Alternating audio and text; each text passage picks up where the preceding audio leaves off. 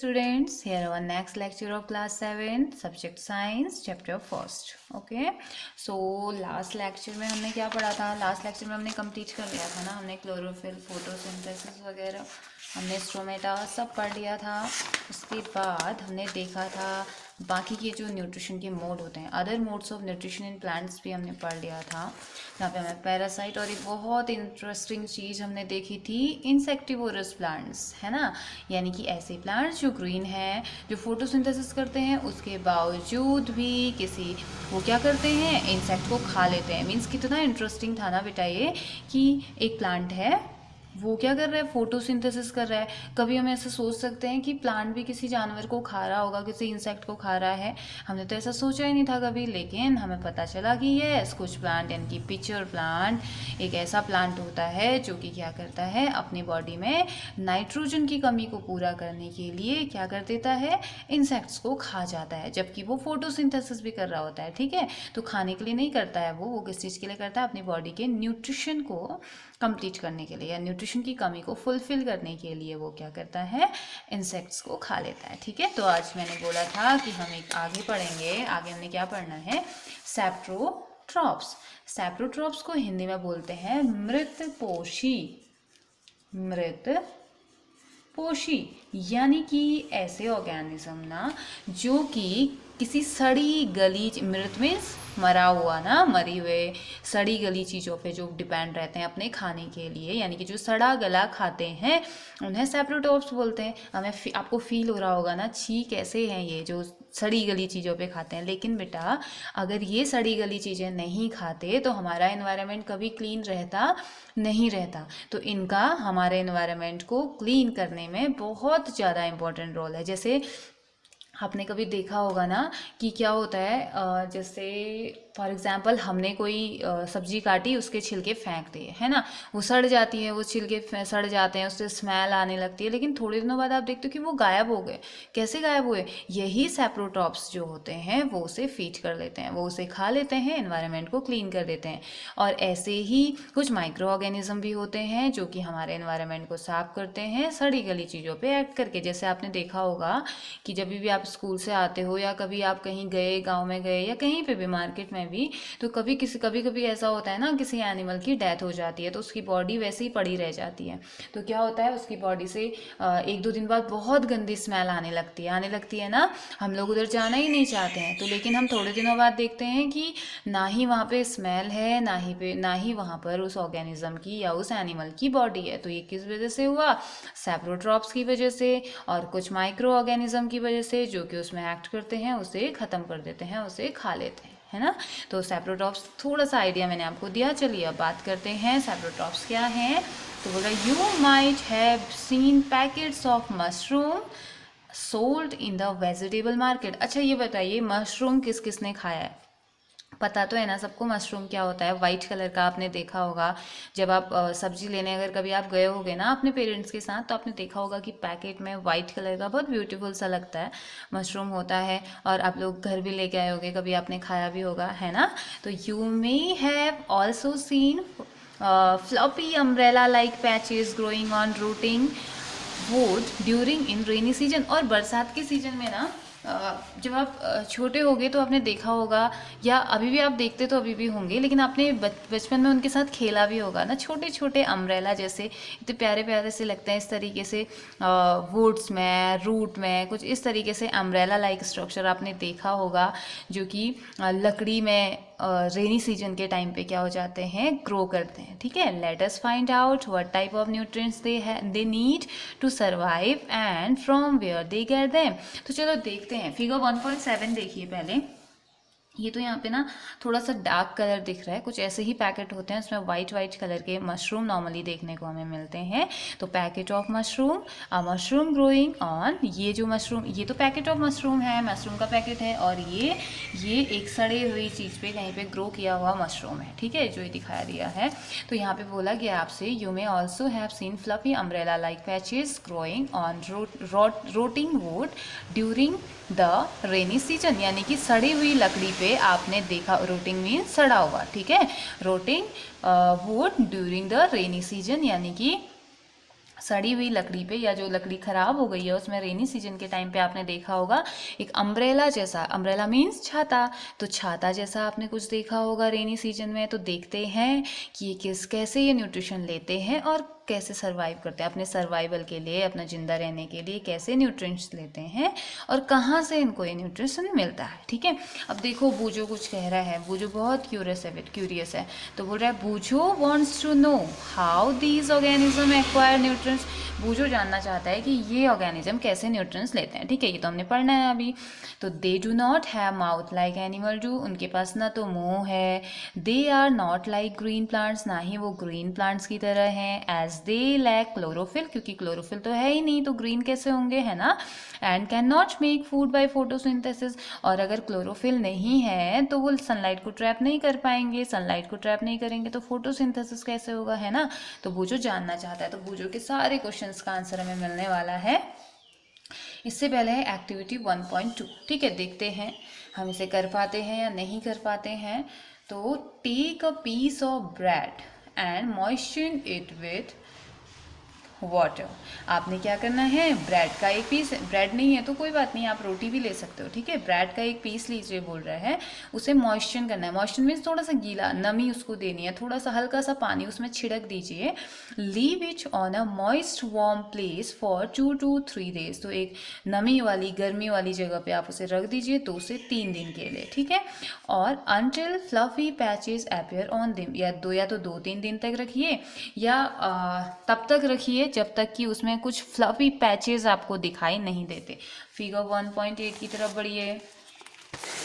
This is bread, देखो bread में कैसे फ्लॉपी पैचेस इसमें दिख रहे हैं ऊपर से। आपने देखा होगा जैसे कभी ऐसा होता है ना, रोटी एक्स्ट्रा बच जाती है तो हमारी मदर क्या कर देती हैं, साइड में रख देती हैं उसे, और अगर कभी भूल गए गाय को देना या जानवरों को देना भूल गए तो क्या होता है, हम देखते हैं कि उसमें कुछ वाइट सा कुछ लगने लग जाता है, या अजीब सी एक लेयर, एक फ्लॉपी स्ट्रक्चर हमें देखने को मिलता है। तो ऐसा ही कुछ ब्रेड के साथ भी हुआ है, देखो कुछ फ्लॉपी सा स्ट्रक्चर दिख रहा है ना, तो यही फंजाई ग्रोइंग ऑन ब्रेड। तो ये क्या होते हैं, फंजाई जो कि ग्रो कर रहे हैं ब्रेड पे। ठीक है, तो आगे पढ़ते हैं, ये बताना क्या चाहते हैं हमें। तो 2 to 3 days, या तब तक आप रखिए जब तक कि उसमें कोई आप नई चीज़ नहीं देखते हैं। ठीक है, या जब आप फ्लॉपी पैचेस उसमें नहीं देख रहे हो। अगर 2 से 3 days में आ गया तो ठीक है, अगर सेकंड डे पे आ गया तो ठीक है, अगर थर्ड डे पे आया तो तब भी ठीक है, अगर थर्ड डे पे भी नहीं आया तो फिर एक दिन और रखिए, तब तक तो आ ही जाएगा।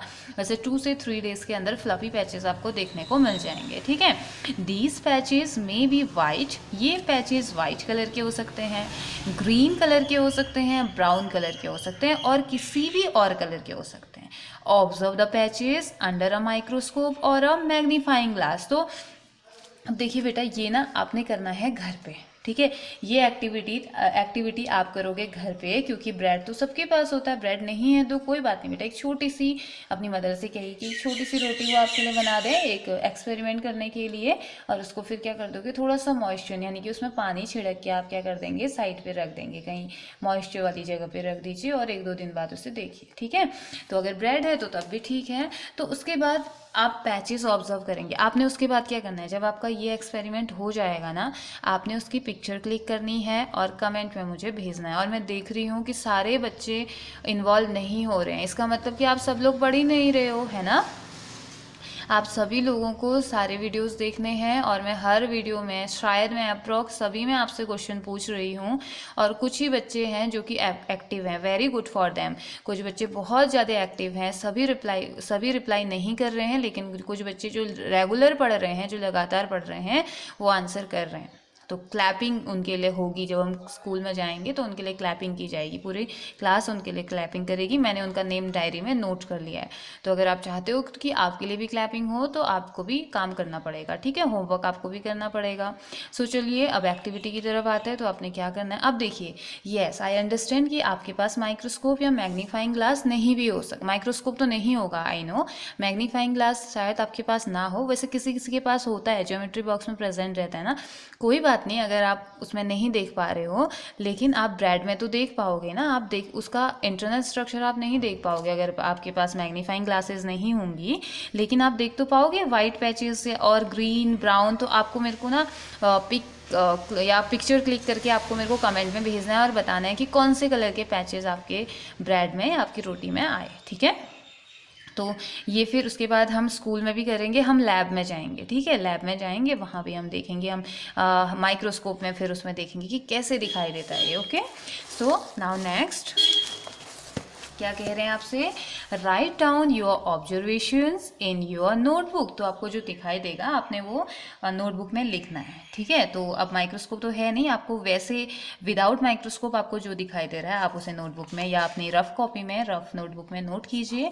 Most probably you will see cotton like thread spread on the piece of bread. तो आपको लगेगा कि जैसे कॉटन होता है ना, कॉटन के जैसे तागे या धागे आपको फैले हुए उस ब्रेड के पीस में नजर आएंगे। तो these organisms are called fungi. तो इन ऑर्गेनिजम्स को क्या बोलते हैं, फंजाई, FUNGI, फंजाई इन्हें कहा जाता है, ठीक है।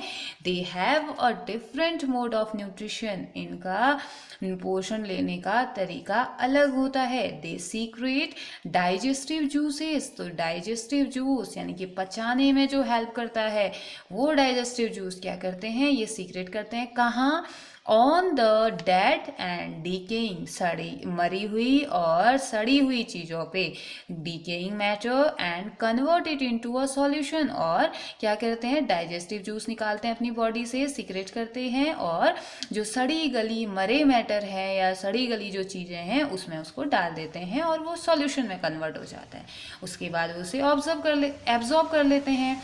Then they absorb the nutrients from it, इसमें से जो भी न्यूट्रिशन, जो भी पोषण मिलेगा उसको ले लेते हैं, जो भी पोषक तत्व मिलेंगे। This mode of nutrition in which organisms take in nutrients in solution from dead and decaying matter is called saprotrophic nutrition. तो जो इन्होंने एब्जॉर्ब किया, इन्होंने क्या किया, सड़ी गली चीज़ों पे अपना डाइजेस्टिव जूस डाल दिया और उसके बाद उसे एब्जॉर्ब कर लिया। तो ये जो मोड होता है ऑर्गेनिज्म का, ये जो मोड होता है, यही बूझो भी पूछना चाह रहा था। तो ये जो मोड होता है अपने तरीके से न्यूट्रिशन को लेने का सॉल्यूशन के फॉर्म में, उसे क्या बोल देते हैं, saprotrophic nutrition. Okay, it is known as saprotrophic nutrition, यानी कि मृत पोषी जो न्यूट्रिशन होता है, मृत पोषी यानी कि दूसरों पे डिपेंड होके, सड़ी गली चीज़ों पे डिपेंड होके जो खाना लिया जाता है वो पोषण सैप्रोट्रॉफिक न्यूट्रिशन हम कहते हैं।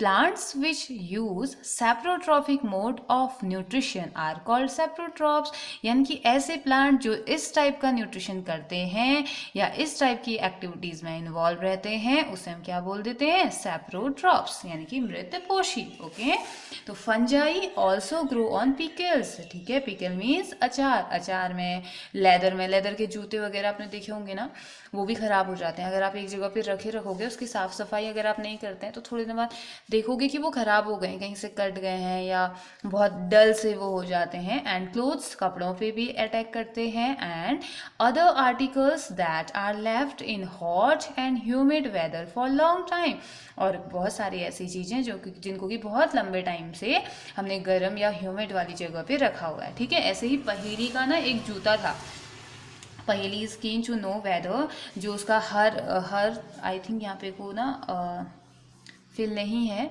उसके जो शूज़ थे, उसके जो शायद हर ब्यूटीफुल, शायद यहाँ पे को होगा हर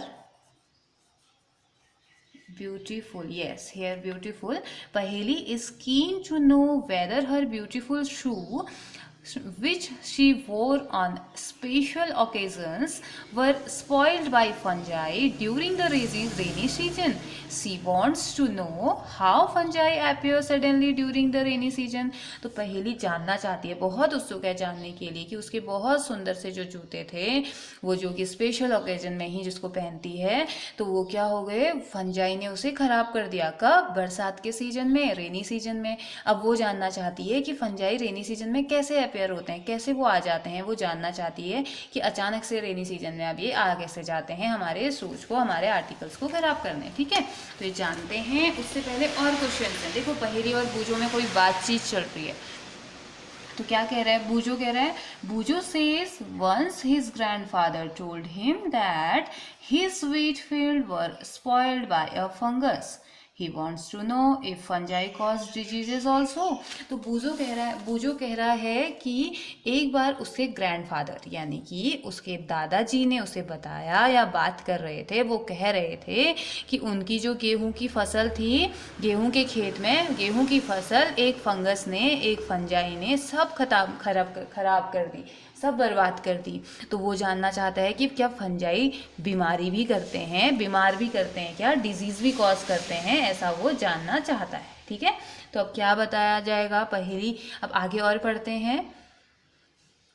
पहेली बता रही है, देखो पहेली और इसमें डिस्कशन हो रहा है ना। पहेली क्या बोल रही है, Paheli told him that many fungi like yeast and mushrooms are useful. Paheli बताती कि कुछ फंजाई जैसे कि यीस्ट है, मशरूम तो हम खाते हैं ना, तभी तो वेजिटेबल मार्केट में मिलता है। तो मशरूम अलग अलग टाइप के होते हैं। ठीक है, एक तो पॉइजनस होता है, एक नॉन पॉइजनस होता है। पॉइजनस बहुत हार्मफुल होता है, उससे कभी कभी डेथ भी हो जाती है। तो जब मार्केट में उसे लाया जाता है तो बहुत केयरली छांट के उनको लाया जाता है। ठीक है, तो पहेली बताती है कि जो कुछ फंजाई तो ऐसे होते हैं, यीस्ट है, मशरूम है, ये तो यूजफुल होते हैं, ये बहुत यूजफुल होते हैं हमारे लिए। But some fungi cause disease in plants, लेकिन कुछ फंजाई ऐसे होते हैं जो कि बीमारी पैदा करती है, इसमें प्लांट्स में, एनिमल्स में और इवन ह्यूमन में भी, मतलब कि पौधों में, जानवरों में और ह्यूमन में कुछ फंजाई ऐसे होते हैं जो कि बीमारी पैदा करते हैं।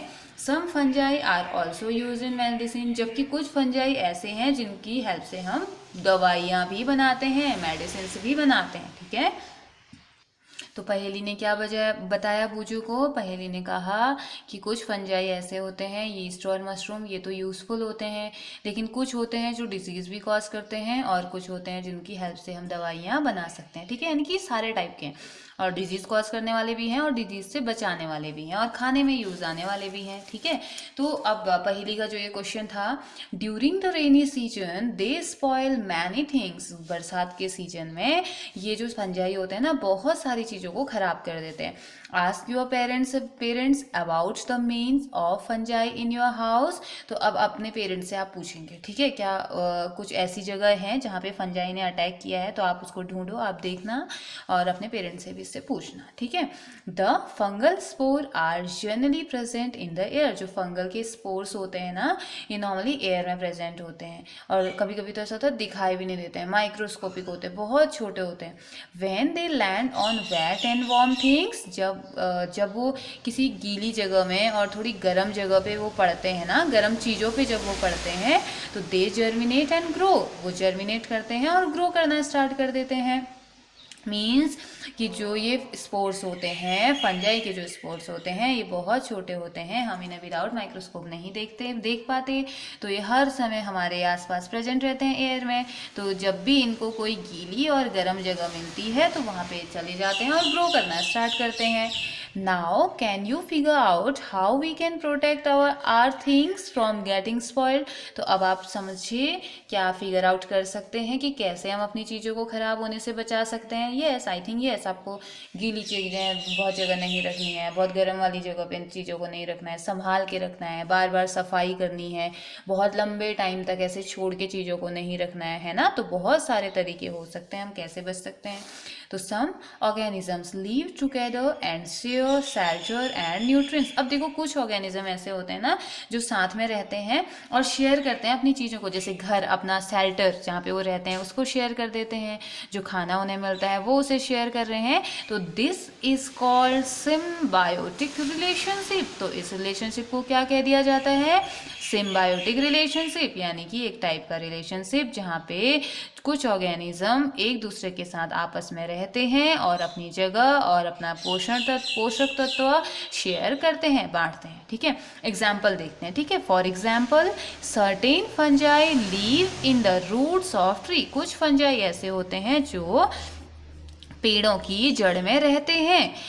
अब ट्री क्या करता है, tree provides nutrients to the fungus. जो ट्री होता है ना, जो पेड़ होता है, वो उसे न्यूट्रिएंट्स प्रोवाइड करता है। किसको? फंगस को। इन रिटर्न फंगस क्या करता होगा? In return receives help from it to take up water and nutrients from the soil. और पेड़ क्या करता है फिर इससे? ये क्या करता है? हेल्प तो कर रहा है, अपना न्यूट्रिएंट्स तो दे रहा है फंगस को, साथ ही साथ वो क्या करता है? वो फंजाई से कहता है कि आप मुझे क्या दोगे? सॉइल में प्रेजेंट न्यूट्रिएंट्स और वाटर दोगे। ठीक है, सॉइल में प्रेजेंट न्यूट्रिएंट्स और वाटर फंजाई के थ्रू वो लेता है, और फंजाई को क्या देता है? न्यूट्रिएंट्स देता है। ठीक है, और साथ ही साथ जगह भी दे रहा है ना, वो दे रहा है ना, रूट में रह रहा है तो अपनी अपनी जगह दे रहा है ना, रहने के लिए जगह दे रहा है। तो the tree provide nutrients to the fungus and in return receive help from it to make take up water and nutrients from the soil. ठीक है, this association is very important for the tree. ये tree के लिए बहुत ज़्यादा important होता है। ठीक है, क्योंकि ट्री को तो चाहिए फोटोसिंथेसिस करने के लिए वाटर, न्यूट्रिएंट्स की रिक्वायरमेंट है। Now in organisms called lichen, एक ऑर्गेनिजम्स और आते हैं जिन्हें हम कहते हैं लाइकेन्स। ठीक है, इसका प्रोनाउंसिएशन क्या होता है? Lichens, LICHENS, lichens. A chlorophyll containing partner which is an alga and a fungus live together।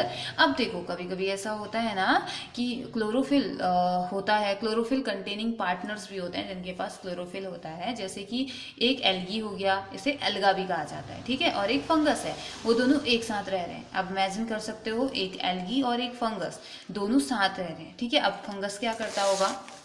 The fungus provides shelter, fungus तो जगह देता है रहने के लिए, वाटर देता है, and minerals to the alga, यानी कि जो फंगस है वो एल्गी को क्या दे रहा है? शेल्टर दे रहा है, रहने के लिए जगह दे रहा है, वाटर दे रहा है और मिनरल्स दे रहा है।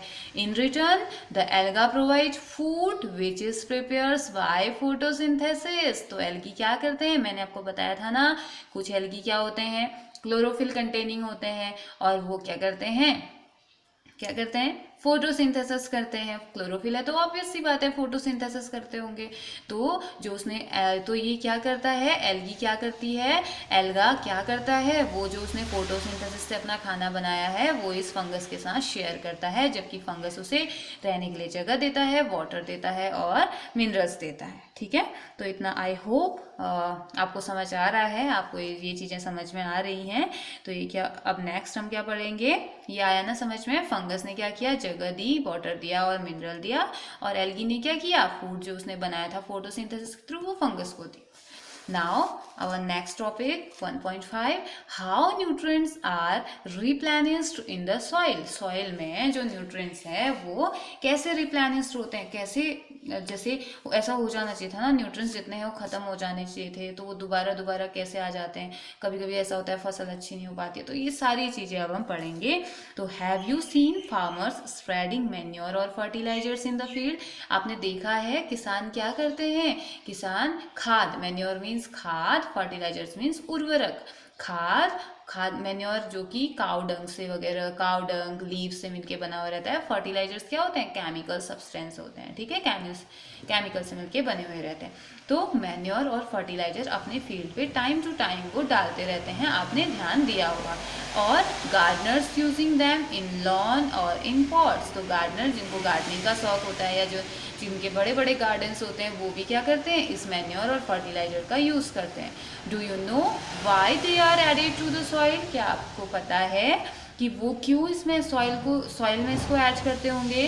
तो now you learn that plants absorb mineral nutrients from the soil. आपको पता है, आप पढ़ के आ चुके हो कि प्लांट्स क्या करते हैं? सॉइल से मिनरल्स और न्यूट्रिएंट्स को लेते हैं।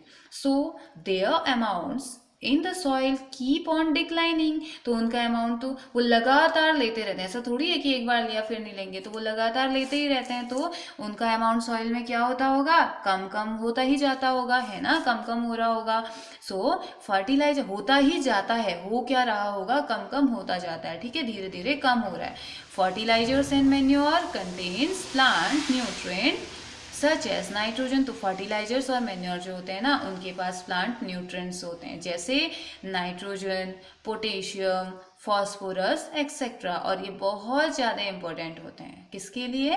प्लांट्स के लिए। These nutrients need to be added from time to time to enrich the soil. तो इन पोषक तत्वों का सॉइल में ऐड करना बहुत ज़रूरी होता है। समय समय पर इन पोषक तत्वों का सॉइल में मिक्स होना या दोबारा से डालना या आर्टिफिशियली डालना बहुत ज़रूरी होता है, ठीक है, क्योंकि सॉइल को इसकी ज़रूरत होती है। We can grow plants and keep them healthy if we can fulfil the nutrients requirement of plant. तो हम क्या कर सकते हैं, हम इसमें प्लांट्स बहुत अच्छे ग्रो करवा सकते हैं इसकी हेल्प से। साथ ही साथ प्लांट्स को हेल्दी रख सकते हैं। कैसे? अगर हम इनकी रिक्वायरमेंट्स को फुलफिल कर सकें तो, ठीक है। अगर प्लांट्स को न्यूट्रिएंट्स दें प्रॉपर, प्लांट्स को कुछ नहीं चाहिए, उसको न्यूट्रिएंट्स चाहिए, वाटर चाहिए, सनलाइट चाहिए। अगर ये सारी चीज़ें अगर उसे मिल रही हैं सॉइल से तो वो ईजिली ग्रो करता है और एक हेल्दी प्लांट उसमें ग्रो करता है, ठीक है। तो usually crops require a lot of nitrogen to make proteins. तो क्रॉप्स को नाइट्रोजन की रिक्वायरमेंट क्यों होती है? क्योंकि उन्हें प्रोटीन चाहिए, प्रोटीन नाइट्रोजन की हेल्प से बनता है। तो जो क्रॉप्स होते हैं ना, यूजुअली उनको बहुत ज़्यादा अमाउंट में प्रोटीन की रिक्वायरमेंट होती है। आफ्टर द हार्वेस्ट, जब कटाई हो जाती है, the soil become deficient in nitrogen. तो उसके बाद क्या हो जाता है, सॉइल में नाइट्रोजन की कमी हो जाती है, क्योंकि पहले जो फसल लगाई थी उसने सारा नाइट्रोजन ले लिया। यू लर्न दैट दो nitrogen gas is available in plenty in air. आपने पढ़ा है कि जो नाइट्रोजन गैस है वो क्या है, बहुत ज़्यादा, यानी कि 77 से 78% हमारे इन्वायरमेंट में नाइट्रोजन गैस प्रेजेंट है। Plants can not use it. Plants इसको इसी फॉर्म में यूज नहीं करते हैं। Plants can not use it in the manner they can use carbon dioxide. जैसे वो कार्बन डाइऑक्साइड को यूज कर लेते हैं वैसे वो नाइट्रोजन को यूज नहीं करते हैं। They need nitrogen in a soluble form. उनको नाइट्रोजन सॉल्युबल फॉर्म में चाहिए, ठीक है। वो कार्बन डाइऑक्साइड जैसे वाले फॉर्म में नहीं चाहिए, वो वैसे ले ही नहीं पाते हैं, तो उनको चाहिए कि वो सॉल्युबल हो जाए, ठीक है। सॉल्युबल हो जाए तो कैसे सॉल्युबल होगा फिर? तो ये बता रहे हैं द बैक्टीरियम कॉल्ड राइजोबियम। एक बैक्टीरिया होता है जिसका नेम होता है राइजोबियम, ठीक है, जो कि नोड्स में मिलता है, यानी कि गांठों में मिलता है, जड़ की, जैसे लेग्यूम्स वगैरह होते हैं ना, उनकी जड़ में जो नोड होते हैं, रूट्स में जो नोड्स होते हैं, नोड मीन्स गांठ लाइक स्ट्रक्चर आपने देखा होगा, उसमें ये प्रेजेंट रहते हैं ये bacteria. The bacterium called rhizobium can take atmospheric nitrogen and convert it into a soluble form. तो जो बैक्टीरिया राइजोबियम है वो क्या करता है, वो एटमॉस्फेयर से नाइट्रोजन को लेता है और उस नाइट्रोजन को सॉल्युबल फॉर्म में कन्वर्ट कर देता है ना इंटरेस्टिंग। किसको चाहिए? सॉइल को चाहिए, नाइट्रोजन सॉइल को चाहिए। और लेकिन सॉइल में ही प्रेजेंट एक बैक्टीरिया जो होता है राइजोबियम, वो उसको पता चलता है कि अरे हमारी सॉइल के पास तो है ही नहीं ये नाइट्रोजन, उसे तो नाइट्रोजन की जरूरत है। तो वो जल्दी से एटमॉस्फेयर से नाइट्रोजन लेता है और क्या कर देता है, उसे कन्वर्ट कर देता है सॉल्युबल फॉर्म में। But rhizobium can not make its own food. लेकिन राइजोबियम अपना खाना नहीं बना सकता। So it live in the roots of gram. मैंने आपको बताया था ना, रूट्स में प्रेजेंट रहता है, तभी तो वो हेल्प कर रहा है ना। So it lives in the roots of gram, peas, moong, beans and other legumes and provides them with nitrogen। तो देखो कितना इंटरेस्टिंग है। तो ये राइजोबियम नाम का जो बैक्टीरिया वो कहाँ रहता है? जो ग्राम होता है ना, ग्राम चना, उसकी पत्ती की जड़ में, जो मटर है उसकी जड़ में, मूंग दाल है उसकी जड़ में, बीन्स हैं जो उसकी जड़ में रहता है, इन सभी लेग्यूम्स की जड़ में रहता है और उनको क्या करता है, नाइट्रोजन प्रोवाइड करता है, ठीक है। Most of the pulses mean dal, ठीक है, are obtain from leguminous plant. तो बहुत सारी दालें होती हैं जो कि लेग्यूम्स हो, जैसे मूंग भी तो दाल है ना, ये भी तो लेग्यूम्स है, तो लेग्यूमिनस प्लांट से मिलती है। In return the plant provide food. तो अब क्या करता है राइजोबियम, ये भी तो यही वाला रिलेशनशिप आ गया ना, सिम्बायोटिक रिलेशनशिप। तो इसमें ये क्या कर रहा है, या लाइकेन हम कह सकते हैं, जैसे लाइकेन काम कर रहे थे, तो इसने क्या किया, प्लांट की रूट में था, प्लांट्स को सॉइल में प्रेजेंट था राइजोबियम। रूट कहाँ होती है, सॉइल के अंदर ही तो होती है ना, जमीन के अंदर ही तो होती है। तो वहाँ से क्या किया, अब हमारे सॉइल में नाइट्रोजन कम हो गया, तो राइजोबियम ने कहा कि ठीक है, मैं आपको नाइट्रोजन दूंगा, सॉल्युबल फॉर्म में ला के दूंगा और आप मुझे खाना दोगे, है ना। तो मान जाते हैं। तो कुछ इस तरीके का रिलेशनशिप यहाँ पे भी हमें देखने को मिला। तो तो ये क्या करते हैं, रिटर्न में जो प्लांट है वो फूड प्रोवाइड कर रहा है, किसको, राइजोबियम बैक्टीरिया को शेल्टर प्रोवाइड कर रहा है, अपनी जड़ में रहने के लिए जगह दे रहा है, साथ ही साथ खाना भी दे रहा है, और उसके बदले में बैक्टीरिया क्या कर रहा है, नाइट्रोजन लेके आ रहा है एटमॉस्फेयर से और उसे कन्वर्ट कर दे रहा है सॉल्युबल फॉर्म में, है ना। They thus have, please turn your page, they thus have symbiotic relationship. तो इनका कैसा रिलेशनशिप हुआ, symbiotic relationship. This association is of great significance for the farmer. तो ये एसोसिएशन क्या रहा, होता है एक बहुत अच्छा सिग्निफिकेंस लेके आता है फार्मर्स के लिए, बहुत ज़्यादा फायदेमंद वो होता है। They do not need to add nitrogen fertiliser to the soil in which leguminous plant are grown. तो किसानों को उन खेतों में फर्टिलाइजर्स या मैन्योर की बहुत ज़्यादा ज़रूरत नहीं होती है, नाइट्रोजन फर्टिलाइजर्स की ज़रूरत डालने की नहीं होती है, क्योंकि ये खुद ही नाइट्रोजन का इंतजाम अपने लिए कर लेते हैं, ठीक है। तो in this chapter you learn that most of the plants are autotrophs. तो इस चैप्टर में आपने पढ़ा कि बहुत सारे प्लांट्स ऐसे होते हैं जो ऑटोट्रॉप्स होते हैं, स्वयं पोषी होते हैं, जो अपना खाना स्वयं बनाने की कैपेबिलिटी या एबिलिटी रखते हैं। Only a few plant adopt their modes of nutrition like parasite and saprotrophic. तो कुछ प्लांट्स ऐसे थे, कुछ ही प्लांट ऐसे थे जो कि किसी और की बॉडी पे डिपेंड थे या कि सड़ी गली चीज़ों पे डिपेंड थे। They derive nutrition from other organism, वो किसी और की बॉडी से, किसी दूसरे ऑर्गेनिज्म से अपना न्यूट्रिशन ले रहे थे। All animals are categorise as heterotrophs since they depend on plants on other plants and other animals for food. तो उन सभी एनिमल्स को हमने हेटेरोट्रॉप्स में रखा जो कि किसी और या किसी प्लांट्स पे या किसी एनिमल पे डिपेंड थे। ऐसे एनिमल जो किसी दूसरे एनिमल पे या प्लांट्स पे अपने खाने के लिए डिपेंड हैं, उन्हें हमने क्या कह दिया, परपोसी यानी कि heterotrophs. Okay, can we say that the insectivorous plants are partial heterotrophs. तो क्या हम कह सकते हैं कि इंसेक्टिवोरस प्लांट्स पार्शियली हेटेरोट्रॉप्स हैं, थोड़े बहुत हेटेरोट्रॉप्स हैं। तो this is your today's homework. तो ये आप मेरे को बताएंगे, आपको 2 होमवर्क मिल गए। एक तो आपको क्या करना है, एक्टिविटी करनी है, दूसरा आपने क्या करना है, इस क्वेश्चन का आंसर मुझे कमेंट करके बताना है, ठीक है। तो जो एक्टिविटी की है वो तो आप 1-2 दिन में मुझे शो करोगे, क्योंकि आई नो कि एक दिन में नहीं रिजल्ट मिलेगा आपको, 2 या 3 दिन लगेंगे। और लेकिन इसका आंसर तो आप मुझे आज ही दे सकते हो, है ना। तो आज क्या करेंगे, अब मेरे को पता चल जाएगा कि आप डे टू डे पढ़ रहे हो या नहीं पढ़ रहे हो, तो इसका आंसर आप मुझे बताएंगे, ठीक है। फिर कुछ कीवर्ड्स हैं जो कि हम अपनी नोटबुक में इसे करेंगे। तो हमारे नेक्स्ट लेक्चर में हम अपना रिटन वर्क करेंगे। आई होप कि आप सभी लोगों को समझ आ रहा होगा, समझ आ गया होगा। तो देखिए एक चीज़ और है, व्हाट यू हैव लर्न, आपने क्या क्या पढ़ा है, ठीक है। हमने क्या क्या पढ़ा, all organisms take food and utilise it to get energy for growth and maintenance of their bodies, ठीक है। जितने भी ऑर्गेनिज्म हैं वो खाना खाते हैं और एनर्जी को यूटिलाइज करते हैं अपनी ग्रोथ के लिए, अपने मेंटेनेंस के लिए, अपनी बॉडी के, ठीक है। Green plants synthesize their food themselves by the process of photosynthesis. They are autotrophs. तो जो green plants होते हैं वो अपना खाना खुद से बनाते हैं फोटोसिंथेसिस की प्रोसेस के थ्रू, और उन्हें क्या कह दिया जाता है, autotrophs. Okay, plants use simple chemical substances like carbon dioxide, water and minerals for the synthesis of food. तो प्लांट क्या करते हैं, सिंपल केमिकल सब्सटेंसेस का यूज़ करते हैं।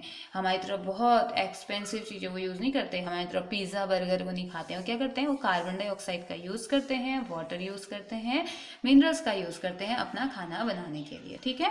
Chlorophyll and sunlight are the essential requirements for photosynthesis. Photosynthesis के लिए सबसे ज़्यादा जो जरूरी है वो है क्लोरोफिल एंड सनलाइट, ठीक है। Complex chemical substances such as carbohydrate are the product of photosynthesis. तो कॉम्प्लेक्स सब्सटेंसेस जो होते हैं जैसे कि कार्बोहाइड्रेट्स होते हैं, कार्बोहाइड्रेट्स में कौन कौन आते हैं, ऐसे मॉलिक्यूल जो कार्बन, हाइड्रोजन और ऑक्सीजन से मिलके बनते हैं, लाइक ग्लूकोज। ग्लूकोज तो सबने सुना है ना। एंड स्टोर किस फॉर्म में हो जाते हैं, फिर स्टार्च के फॉर्म में। तो स्टार्च एंड ग्लूकोज ये दोनों ही क्या होते हैं, कार्बोहाइड्रेट्स होते हैं। तो कॉम्प्लेक्स केमिकल सब्सटेंस जैसे कि कार्बोहाइड्रेट क्या होता है, फोटोसिंथेसिस का प्रोडक्ट होता है, ग्लूकोज बनता है ना, तो वो कार्बोहाइड्रेट ही तो हुआ। Now next, solar energy is stored in the form of food in the leaves with the help of chlorophyll. तो सोलर एनर्जी मीन्स सन से आने वाली एनर्जी। सोलर एनर्जी फूड के फॉर्म में स्टोर हो जाती है, कहाँ, लीव्स में, ठीक है। किसकी हेल्प से, लीव्स में प्रेजेंट क्लोरोफिल की हेल्प से। Oxygen is produce during photosynthesis. Photosynthesis के टाइम पे ऑक्सीजन बनती है, ऑक्सीजन प्रोड्यूस की जाती है।